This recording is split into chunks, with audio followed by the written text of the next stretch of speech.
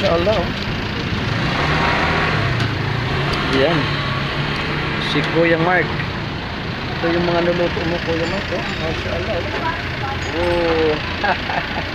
Master na talaga si Kuya Mark. Ako ay nagpapasalamat at pupurin sa Allah subhanahu wa ta'ala na tayo ay pinahintulutan magising mula sa pagtulog.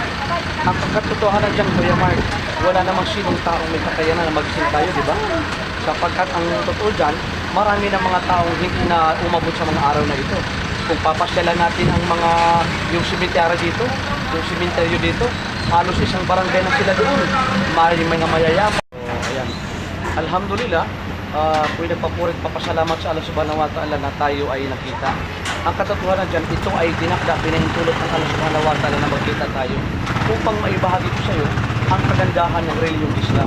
Ang Islam ay ginamit sa salitang salaf nang ibig sabihin ay kapayapaan, total salvation and obedience to the will of God, Allah. Ang Allah, ito ay pansariling pangalan ng lumikha. Kung mapapansin mo, tinatawag siyang Ama, Panginoon, Rab, God. Pero ang pansariling pangalan talaga ng lumikha ay ang Allah. At hindi siya pwedeng tawagin Ama sapagkat hindi naman siya katulad o kawangin sa kanya nilikha. Ang pinakamabagin, ang pinakamawain. Ipahayag, siya ang Allah, ang ganap sandigan ng lahat.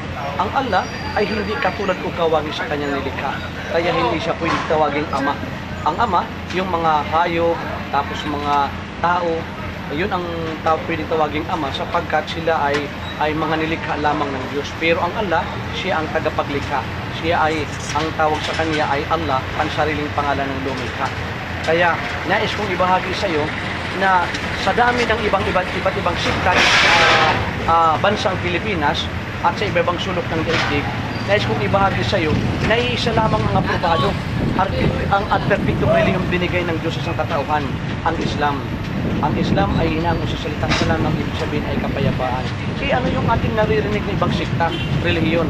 Yan po ay man-made, gawa-gawa lamang ng tao. Halimbawa, Budismo, hinango sa pangalan ni Buddha. Ang Kristyanismo, hinango sa pangalan ni Kristo. Kristyanista, hinango sa pangalan ni Jose Rizal. Pero sino ang nagsabi na gumawa tayo ng ibang reliyong maliban sa Islam? Ito ay hindi ito gagawin ng mga propeta, ng mga sahaba o kasamahan.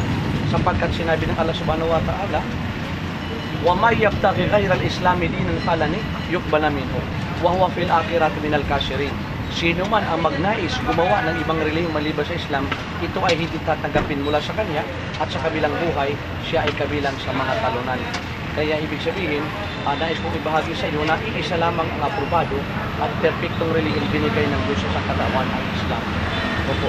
Ngayon, hindi natin alam, Mark, ang mangyayari umayat bukas. Kahapon ay lumipas na. Umaya bukas hindi natin alam ang mangyayari. Paano ba tayo magkakaroon ng kasiguraduhan ng kaligtasan ng ating kaluluwa?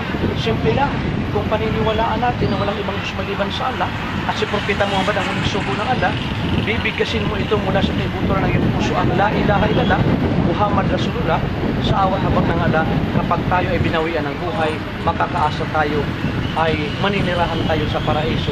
Alalong baga, ililigtas tayo sa impyernong apoy. Sapagat ang nilikha lamang ang tao, sinabi ng Allah, وَمَا خَلَقْتُ الْجِنَّ وَالْإِنسَ إِلَّا لِيَعْبُدُونِ. Nilikha lamang ang mga espiritu, ang mga engkanto, ang mga tao upang sambahin lamang ang Allah subhanahu wa ta'ala. Kaya bago tayo magkahiwalay, nais kong ikaw ay alalayan ka kung paanong ginawa ng mga propeta. Silang lahat sinaniwala na walang ibang Diyos maliban sa Allah. Ano po? Ganyan ang kanang kamay. Sabihin mo, Ashhadu, ulitin mo, Ashhadu an la ilaha illallah wa ashhadu anna Muhammadan abduhu wa rasuluhu.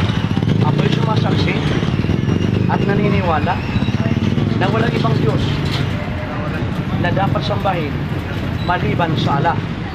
Ako'y sumasaksi at naniniwala na si Propeta Muhammad ay huling sugo ng Allah.